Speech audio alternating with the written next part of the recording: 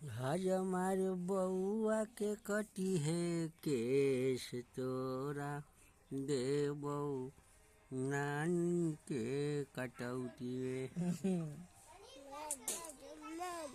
अरे हज हमारे हमर बउआ के केसिया कटी है सुंदर सुंदर रे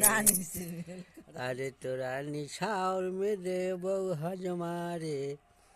भोलवा के नानी के अरे हज हमारे देव बहू भोलवा के नानी के निछावर में ना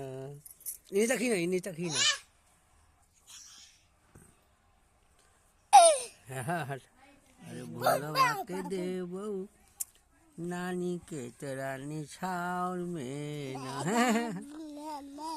अरे हज हमारे सुंदर सुंदर कटी है हमर भोलवा के केश रे ना अरे भोलवा के केश कटौनी में देबऊ तोरा भोलवा के नानी के रे ना। चलो